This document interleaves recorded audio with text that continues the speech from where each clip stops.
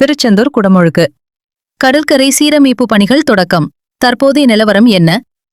திருச்செந்தூர் சுப்பிரமணிய சுவாமி கோயிலில் வரும் ஜூலை 7ஆம் தேதி குடமுழுக்கு நடைபெறவுள்ள நிலையில் பக்தர்கள் நடந்து செல்லும் கிருப்பிரகாரம் மற்றும் கடற்கரை சீரமைப்பு பணிகள் தொடங்கி நடந்து வருகின்றன. தமிழ் கடவுள் முருகப்பெருமானின் 2 படை வீடும் கடற்கரை ஓரத்தலமுமானது திருச்செந்தூர் சுப்பிரமணிய சுவாமி திருக்கோயில்.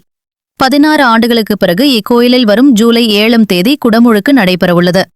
இதையொட்டி கும்பாபிஷேக திருப்பணிகள் ரூ. 300 கோடி மதிப்பீட்டில் பெருந்திட்ட வளாகப் பணிகள் மற்றும் கடல் அரிப்பினை தடுத்திடும் வகையில் ரூ. 19 கோடி மதிப்பீட்டில் தடுப்புச்சுவர் அமைக்கும் பணிகளும் முழுவீச்சில் நடந்து வருகின்றன. வரும் ஜூலை 1ஆம் தேதி யாகசாலை பூஜைகள் தொடங்குகின்றன.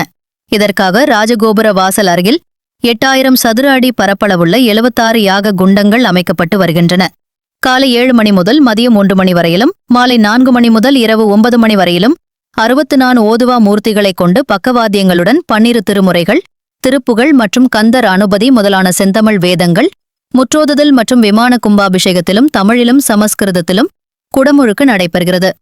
ஜூலை 7ஆம் தேதி காலை 6:15 மணி முதல் 6:50 மணி வரை குடமுழுக்கு நடைபெறுகிறது. குடமுழுக்கிற்கு இன்னும் 14 நாட்களே உள்ள நிலையில் திருச்செந்தூர் வரும் லட்சக்கணக்கான பக்தர்களுக்கு தேவையான அடிப்படை வசதிகள் மற்றும் கோயிலில் கிருப்பிரகார பாதை சீரமைப்பு, கடற்கரை சீரமைப்பு, கடல் அரிப்பு தடுப்புச்சுவர் கட்டுமான பணிகள் முழுவீச்சில் நடந்து வருகின்றன.